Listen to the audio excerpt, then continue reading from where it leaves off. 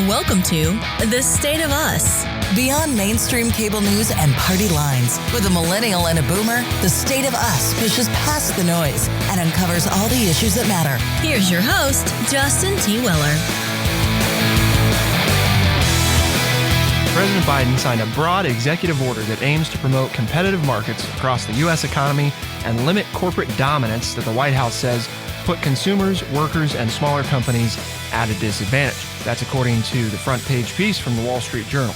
We're also going to look at today not only the details of that executive order from President Biden, which is more of a framework necessarily than a strict set of regulations and principles to be implemented.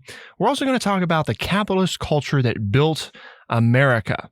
That's an essay also from the Wall Street Journal, and kind of look at here's all these things that Biden's planning to do, some of which, by the way, Republicans might be interested in helping with. What does history tell us about whether or not this is a good idea? But of course, any conversation on regulation and big business, along with the history of our country, would not be complete without TrueChat senior historian and an educator of more than 30 years. Here is your friendly redneck liberal, Lance Jackson. Well, folks, if you're going to talk about capitalism, which I love to do, I think the key word is competition. Very simple word today, competition, 4 syllables, one that we use all the time. But in this situation, I think there are 2 definitions, number 5 and 6 in the Webster's Collegiate Dictionary that pertain to our discussion. Competition is the rivalry in business for customers or markets. And then number 6, the person or persons against whom one competes. So I think that's the key to capitalism, and what President Biden is saying here is that for capitalism to continue, then we need to have competition. We can't have monopolies. We can't have companies so big that if they fail, everything else fails. And there are some historical references in the second piece that prove that the Brown brothers are very much involved in that and have been for the last 200 years. So we're going to start with the premise that capitalism is the key. And how do you get to capitalism, good capitalism versus bad capitalism? And that is competition. So what we're going to look at now is some of the key points from the order itself. So the way this is going to work, folks, is we're going to go over the key points in this segment, transition that into the next part of the show, and then kind of switch to the history to talk about, do we think this is a good idea? Because it is very important to note, and the article points this out, that the president's move months in the making comes as Democrats have made competition policy and antitrust enforcement a key part of their agenda. Republicans have agreed in some circumstances, particularly in the tech sector, but they, along with some business groups, have disputed arguments that the U.S. has extensive problems with economic concentration. So the big thing here is that at a core level, right, there is some agreement on the idea that some businesses have gotten too big and monopolistic, importantly in the tech sector. But let's take a look at what's actually inside the order. So the first thing, everything from hearing aids, airline baggage fees, and prescription drugs, do-it-yourself cell phone repairs, and product of USA labels. President Biden's executive order on big business and competition targets an array of industries and touches a range of products and services. Some of the highlights include healthcare. It calls on the Department of Health and Human Services to issue a plan within 45 days to combat high prescription drug prices. Calls for HHS to consider rules within 120 days to allow hearing aids to be sold over the counter. It directs the FDA to help expedite imports of prescription drugs from Canada. And it encourages the Justice Department and Federal Trade Commission to revise guidelines for hospital mergers and calls for HHS to support hospital price transparency rules and address surprise hospital billing. It also calls on Health and Human Services to help people comparison shop for health insurance more easily by standardizing plan options in the national health insurance marketplace. I'd sum this one up, Lance, by saying that a family member that was in the hospital recently, and I was reading the packet, right, that they give you, because you get this, a lot of them have this like welcome, orientation kind of thing in the room that you're in, right? And it was really interesting. I went to the Your Rights section, And in there it said, and I thought this was very interesting, you have the right to know what your care will cost. And I thought that that was very ironic, because if anybody's ever done anything with healthcare, you know that most of the time figuring out what it actually costs is darn near impossible ahead of time, unless you're going to be really mean and really difficult with people.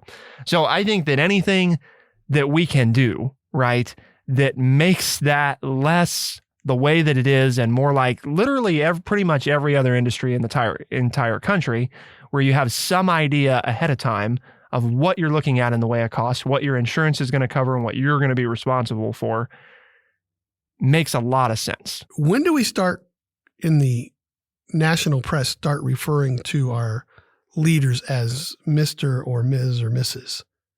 When did we start taking their title away from them? But anyway, it says here in the article, Mr. Biden said before, he's the president. Yes, President Biden. Even if I didn't agree and didn't like very much of what Donald Trump did, he was still the president. And I said it was President Trump. I said President Trump. I just don't, I'm sorry, but it did open with President Biden, but I don't know if but maybe. Then later in the article, they say Mr. Biden, Mr. Right. Biden this, Mr. Biden that.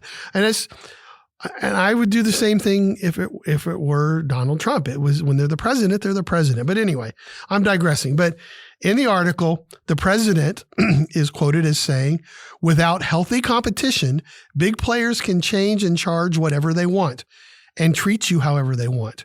And for too many Americans, that means accepting a bad deal for things that you can't go without, i.e. your example of healthcare. We need healthcare. You're sick. You have something, your heart's not working well, your leg's not working well.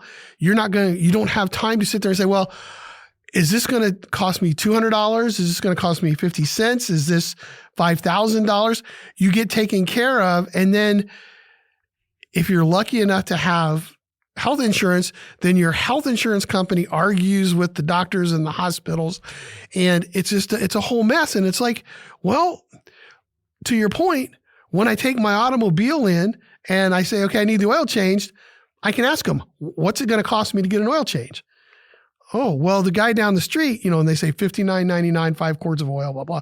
Well, the guy down the street will do it for $39.95. Well, I guess you better take your car down the street then. Or they'll say, well, we really want your business. We'll do it for $39.95. Okay, because I really like you and I want you to get my business. But I know what it's going to cost me before I take my car in for the oil change. But when I take my body in to get worked on, I'm at the mercy of the healthcare system. To your point, that's what we're talking about. Yep. I can't live without healthcare, and I have to go get the service and then figure out afterwards how much it's going to cost. Whereas in everything else in life, when I go to the grocery store, I can look at the price tag. I know what it's going to cost me. It even breaks it down and tells me what it's going to cost per ounce.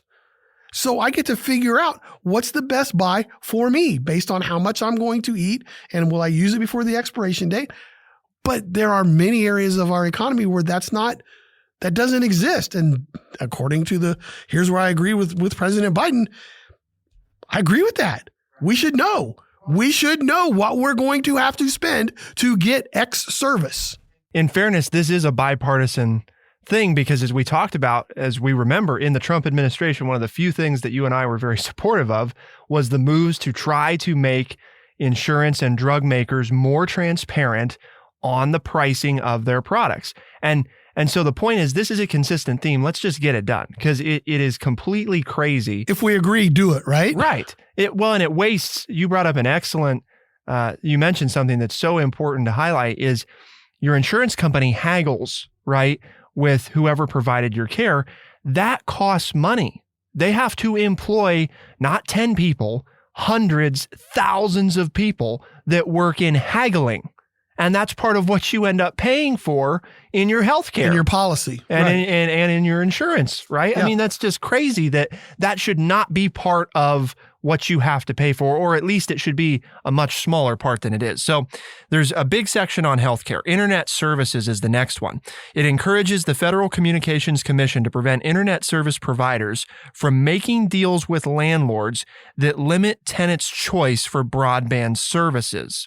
It requires service providers to report prices and rates to the FCC and limits early termination fees. It encourages the FCC to restore, quote, net neutrality rules that were undone by the previous Trump administration. The basic thinking here on the first point is that if you've ever lived in an apartment complex, even though there may be, right, because you live in a big metro, there might be 3 or 4 internet service providers you could choose from, you find out there's only one that you can choose from in your building. And that's because your landlord has negotiated a deal where they get a kickback, and so they limit you to only a certain choice. Think about it, right, the same way as, since internet service providers are only regulated so much by the government, there is more competition. With your electric company, those prices are capped and managed in part by the government to prevent gouging of customers, but that's not really how it works with internet service providers. So while this doesn't do the same thing, it is a way of trimming down some on that, taking advantage of consumers through their landlords and their contracts when they actually have choices, but they can't make the choices because of the way things are structured. And that's what the competition in business is all about, right? Is me as the consumer having the option. And sometimes sometimes I will get the more expensive item because it's worth it to me.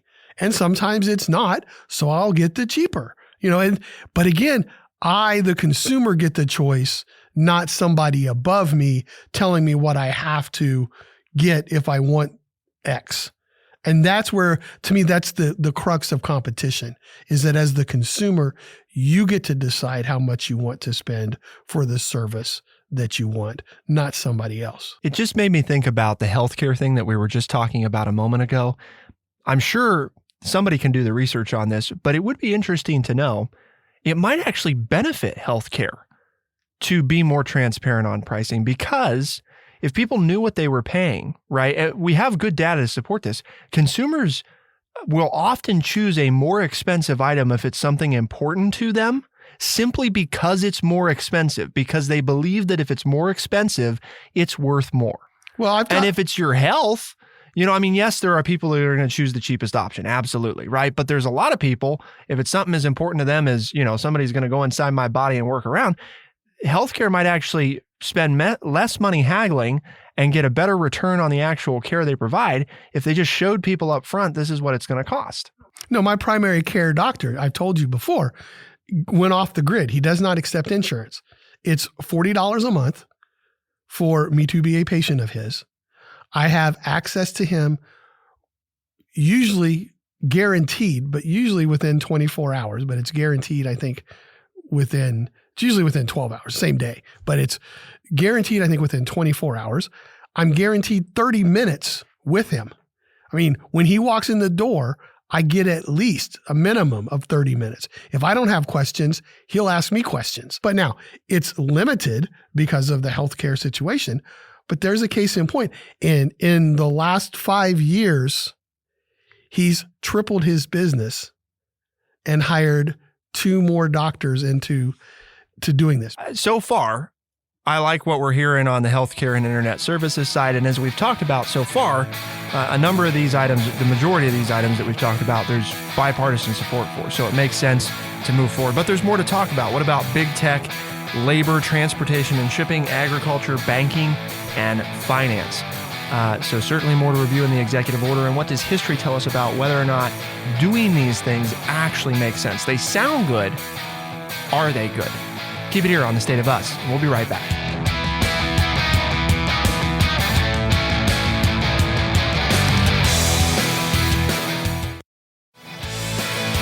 We are The State of Us. Here's your host, Justin T. Weller. President Biden's broad executive order is really more of a roadmap than it is a mandate. But what he's doing is ordering these different departments to review and submit plans in various areas to improve competition, or at least the goal is to improve competition throughout the economy. And it's important to note, many of these items have bipartisan support. So we've looked so far at healthcare and internet services. Moving on to big tech, there is a greater scrutiny clause for mergers by dominant internet platforms and acquisitions of smaller competitors. Think here Facebook, right? Buying Instagram, looking to buy other services. Okay. That's kind of what we're talking about. Same thing with Google, Apple, Microsoft, all of the above. Of everybody I mentioned, they're all facing antitrust lawsuits except for Microsoft for those very kinds of anti-competitive behavior. Some of them dealing with mergers, some of them dealing, like in Apple's case, with its manipulation of its own marketplace to allegedly benefit itself. I remember the 80s, and this is kind of historical in a sense, but to me, the synonym here is the Bell Telephone Company, Ma Bell, that was broken up in the 80s and 90s with a lawsuit. And now we have, and for those of you young people, there used to be only one telephone company, and you had one choice, and you paid whatever fees they wanted, and they could charge you whatever they wanted for long distance calls, local calls, whatever. And now, I used to do this with my students in the classroom.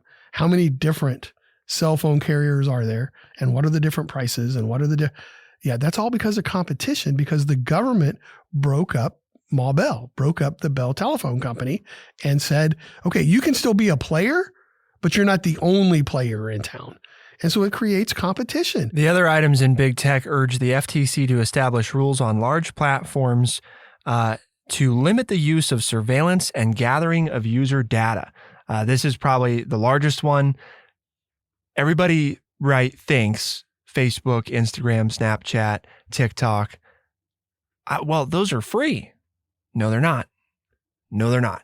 You're paying for them. You just don't you just don't see that you're paying for them, right? Yep. And what do I mean by that? Well, it's free for me to set up my account. Well, yeah, but what they get, they don't do it because they're kind, right? Right. They're doing it because they get to gather data on you, which they get to sell, which lets them put ads in front of you, which gets you to spend money. Absolutely in favor of, we've talked about this a lot, more transparency, more clarity on how and when your data is used, and more ability to limit how your data is used. Because we know the reason they're willing to give you access for quote unquote free is because the value of your data must outweigh what they could charge you for access to the platform. Amen.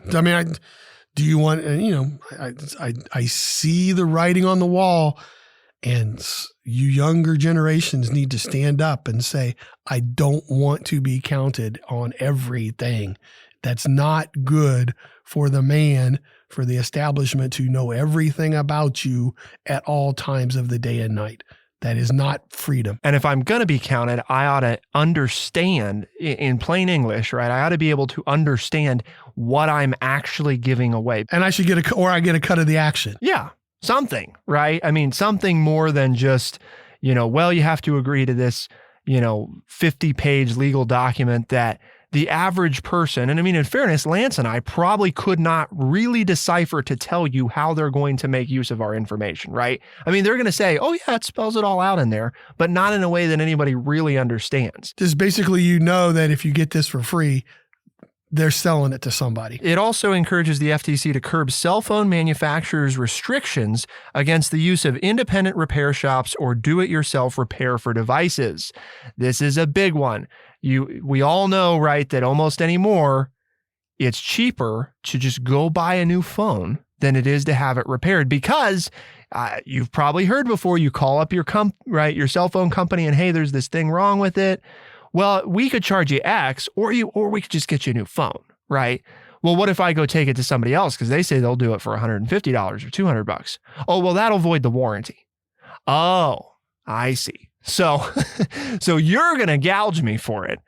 And if I go find somebody that charges less, I can't go do that because then it'll void the warranty. So then if something else breaks, you won't fix it. That's not competition. That's not competition. That's taking advantage of the fact that you bought it from somebody. And Apple, by the way, is probably the biggest perpetrator of this because they're all about their closed ecosystem, right? They don't want anybody else opening up those devices, which means that your only choice is to go to them.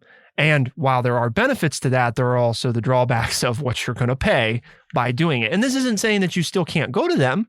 You can do that, but it's also going to make it easier for you to go to somebody else if you want to pay less, which in turn, as we've talked about, if Apple wants to continue to make money, It's probably going to force them to bring their prices down. To me, that sums it all up. The first 2 episodes. We need to, and I know you got one more 2 things to read, but basically, folks, when we're talking, well, there's no competition there. Well, if there's no competition, it's not capitalism. Moving from big tech to labor. The main highlight here that I pulled out, Lance, is it encourages the FTC and the Justice Department to limit employers' ability to share wage and benefits data, quote, to prevent employers from collaborating to suppress wages or reduce benefits. Same theme. Hopefully no explanation required. Next area, transportation and shipping. Have you ever noticed something real funny about this? You go on an airline and your flight gets delayed. Your bags get lost, right? And you go to get them and you get your bags back. And you think, gee, if I was in most industries and I paid for a service, like my bags, right, which I already have to pay an outrageous amount for anyway, and they lose them or they're delayed, I usually get some kind of a refund or credit, right? Oh, but not in the airline industry because just 'cause. And this is one of the things they're working to change. The Transportation Department is being urged to issue rules requiring refunds of fees when airline baggage is delayed or when services like in-flight Wi-Fi or entertainment systems don't work or aren't provided. I have flown multiple times where it tells me, right, when I buy the ticket that one of the things I'm going to get is in-flight Wi-Fi. And then I go to get it and, oh, well, it's not working today. Well, I thought I paid for that. Yep. Do I get a refund? Nope. I mean, it's just crazy, right? We don't do that in other sectors of the economy. So why is it okay here? It's the same thing as the healthcare thing. We know the price everywhere. Why is it okay to not tell us the price here? And in the airline industry, why is it okay for my bag to be lost or delayed, or for services that you told me were going to be provided to not be provided, and then I don't get anything back, right? I mean, yeah, things happen. But why do you get to keep the money for something you didn't give me? Exactly right. That's crazy. So this is America. Yeah. I mean, it's just examples of companies. Again, we can say, oh, look at the evil companies. They're just taking advantage of the system that's in place, right? There's nothing that requires them to do that. Well, and the companies would say, well, I have to charge you more then because I'm going to, okay, fine. That's fine. But if I'm paying for a service and you don't provide the service, I would expect to get, if I go to the grocery store and they don't, I don't know. It's just, I mean, I'm just saying, if I'm supposed to get the sale price and I don't get the sale price and I go back to the grocery store and I point out that you didn't give me the sale price, oh, sorry, they give me my money. It's like they didn't provide the service that they told me they would to get me to buy the product. I should get the money back. But they don't do that. But the airlines don't have to. Yeah, the airlines don't have to do that. But this takes care of that. Yes, exactly. There's some other stuff in transportation and shipping we won't get into the weeds about. Suffice it to say, it deals a lot with freight. There's a lot of miscellaneous fees for loading and unloading and transferring. And at the end of the day, those often get passed along to the consumer, right, in the cost of the product because things have to be moved from place to place. A lot of those fees are nefarious, and some of this is targeted at reducing those fees, particularly when logic would tell us it doesn't make any sense to do that. And we've been fighting that since 1870. The government and the railroads have been fighting that. And you know who gets hurt? The farmers. And when the farmers get hurt, who get hurt? The consumer. Right. Cost the farmers more to make it. Prices of everything goes up, and we have to pay the cost. And guess who didn't get hurt? The railroad companies, right? And the shipping company. They didn't get hurt. And they're the ones that caused the problem, but they didn't have to take a hit. Agriculture urges the U.S. Department of Agriculture to consider stricter rules for when meat can use product of USA labels. You're like, well, wait a minute. You mean that if I buy meat and it says product of USA and it might not actually have been raised in the USA? Yes, that's what I'm telling you. Yeah, it seems crazy. Seems crazy because, you would think that if it says product of USA, it actually had to live in the United States of America. But not really. Not exactly. Because there's special stipulations that if a certain percentage of your product, right, originates in the United States, then you can put that label on. If most of your stuff comes from the United States, you can supplement it with stuff from other places and still say it came from the United States. So I can put product of USA on my hamburger that is 51% USA ground beef and 49% Brazilian. Interesting. Okay. It also urges the FTC to limit farm equipment manufacturers from restricting farmers' ability to use independent repair stops or make do-it-yourself modifications. Same thing as the cell phone, folks, right? You will find tons of farmers anymore who do not service their own equipment or do not do anything to their own equipment because the manufacturers have made it so difficult to do anything that doesn't inadvertently void your warranty or that you're just flat out not allowed to do even though you bought the product, right? So same idea here. Crazy stuff. The last thing to mention is banking and finance urges the Justice Department and other agencies to update guidelines on banking mergers and bolster security of those mergers. It also encourages the Consumer Financial Protection Bureau to implement rules to allow banking customers to transfer their financial data from one bank to another. Oh, you mean that you should be allowed to transfer your data from one bank to another if you want to? It's crazy. I mean, it's your money, right? But apparently not. But it's not. It is, but it isn't. That's right. Oh, yeah, we won't transfer that to that other bank. What do you mean? It's mine. Well, nah, we don't feel like it. So there you go. There's the highlights. Now we're going to talk about good or bad, and we're going to use history to examine that. Keep it here on The State of Us, and we'll be right back.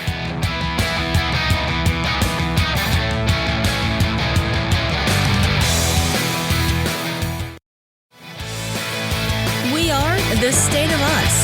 Here's your host, Justin T. Weller. There's certainly a lot in President Biden's roadmap executive order for multiple departments to consider how to curb anti-competitive behavior. This is something that, generally speaking, many of the ideas have bipartisan support, Republican and Democrat, although some of them are opposed by Republicans, sometimes more, I think, on the philosophy that big business is inherently bad rather than the practices that some of these big businesses are implementing are in fact bad. And so if we deal with the practices directly, it might be easier to combat. The question is, while a lot of what we've talked about, my guess is, and let us know what you think, send us an email, podcast@thestateofus.org. I mean, I read it, Lance, and it's kind of like, well, duh. I mean, wouldn't we want all this? Wouldn't we want the government to make sure these things are happening? So what does history tell us? Our senior historian here, Lance, what does history tell us about whether or not the government doing these things is actually a good idea? Is that what's going to bring about the competition that we want? Well, just go back to the progressive movement of the early 1900s. That was what Theodore Roosevelt was all about. You know, when he called in the big business partners and said, hey, we're going to investigate you. And there's a famous phone call that was supposedly made from Pierpont Morgan, and he said, but Mr. President, we give to your campaign and we do this. And he goes, well, good. He goes, and you have nothing to worry about if you're not violating the law. And he hung up the phone. And Theodore Roosevelt looked around the room and he said, people, the power of the United States has now gone from Wall Street to Washington. And that is that as a business, you have nothing to worry about if you're following the rules. But if you're skirting the rules to make your business a monopoly in violation of the rules, then the government's going to step in and make you follow the rules. It's that simple. We have rules. We have new rules that are being proposed here that we just talked about in the first two segments. And now it's the government's job to enforce those rules for the benefit of all. And the place where I'm going here, it's an excerpt from a book, Inside Money, Brown Brothers Harriman and the American Way of Power. And in it, it says, one of the quotes is, today, when the wealth of a few has reached extraordinary heights, and I don't think any of us would argue with that, we can learn from the Brown Brothers' commitment to sustainable capitalism. And I highlighted that, sustainable capitalism, to the belief that no individual or company can ultimately thrive unless the wider society thrives as well, and that sometimes enough is enough. Meaning, very simply, sustainable capitalism means capitalism sticks around. If your company takes everything and sucks all the money and the blood out of everybody, then you don't get to exist anymore because there's nothing more for you to take. And that for us to have sustainable capitalism, then the wider society needs to do well. So it's not all about, Apple, Google, how much can you make? But you have to take care of society as well. There has to, because otherwise, if you take all of our money, there's no money for us to spend with you anymore. And your company ceases to exist and you will go bankrupt. They also understood that finances can unleash growth and good times, but also cause crashes and usher in the bad. And this is a company that's been around over 200 years. Okay? Back in the 1700s, a money company, a banking company that has been around for over 200 years. And they have played, and they're not perfect for those of you that are, Occupy Wall Street people, which I understand. At times, they do things that benefit them that hurt the country. But they typically then, as history shows, they get out of those things because they realize that if they're hurting the country and helping their business, that eventually that will hurt their business. And that's what the Brown brothers, Harriman have understood, have come to understand in history. This is just one example. And then you have other examples where companies are like, yeah, I'm going to get as much as I can, Enron, Lehman Brothers, and causing at the start of the 20th century, the 2007, 2008 depression, an economic downturn it took because all of a sudden they got so big and we said, well, they're too big to fail. And they really were, because if they failed, nobody would have anything. And that's what we're trying to stay away from. And in that respect, I agree with people who want to do kind of finagle the system. Capitalism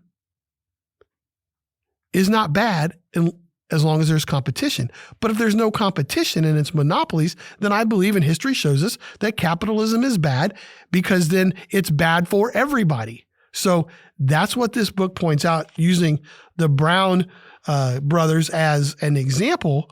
But it's just, that's what history shows us throughout World War I, World War II, the Cold War, the Great Depression, is that when there's uncheckered capitalism and it's not good for the people, the whole country fails.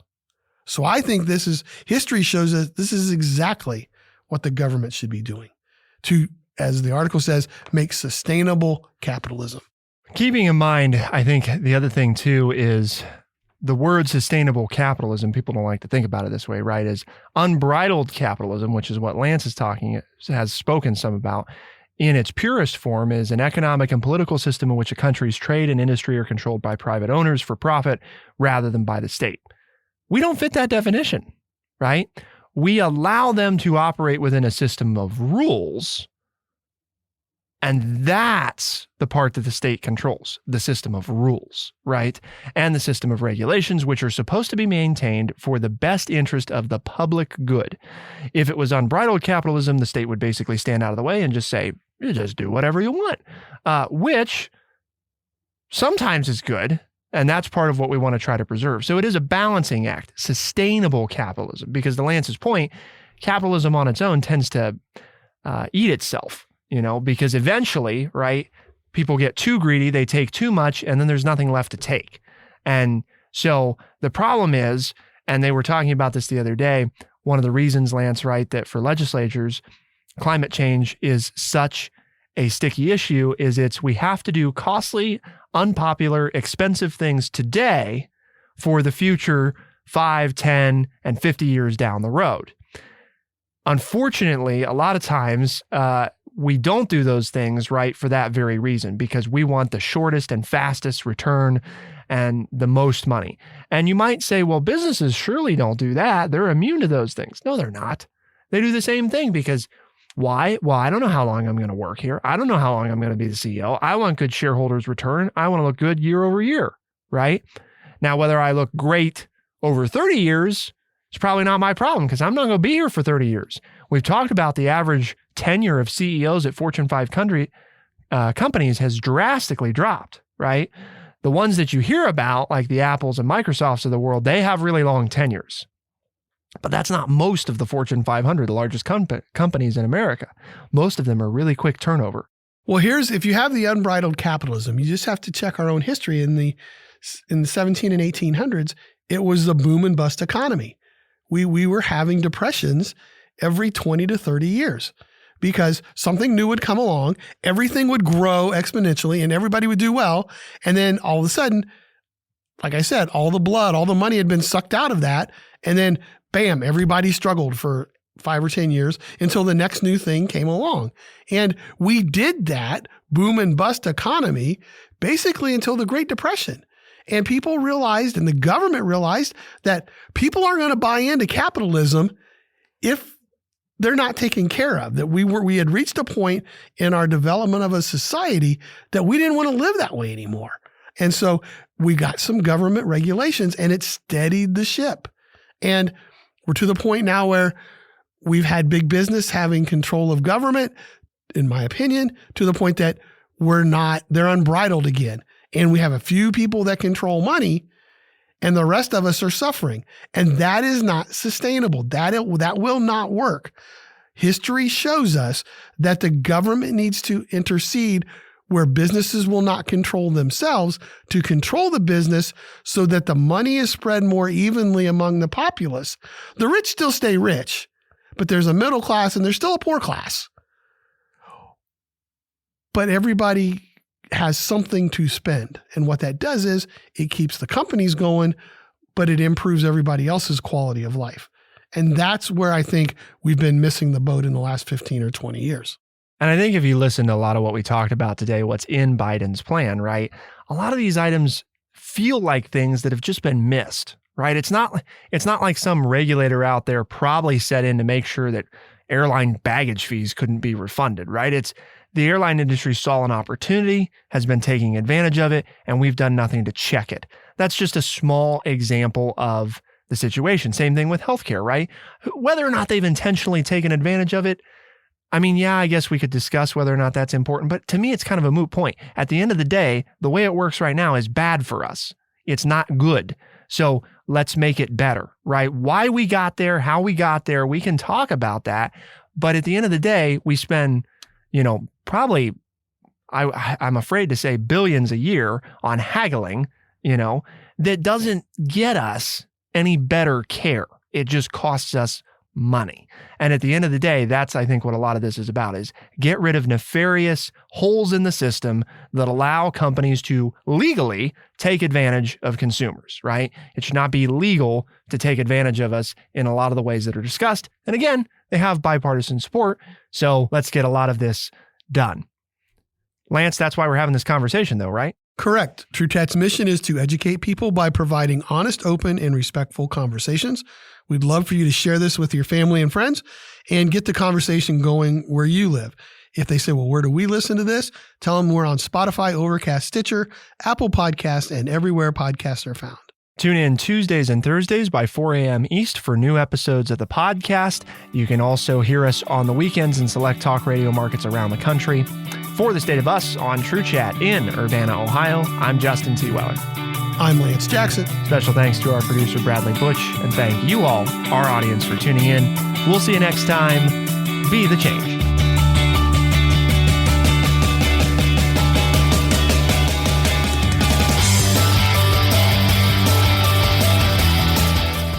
Be sure to check out our website, thestateofus.org, for books, articles, and all the ways to tune in. thestateofus.org.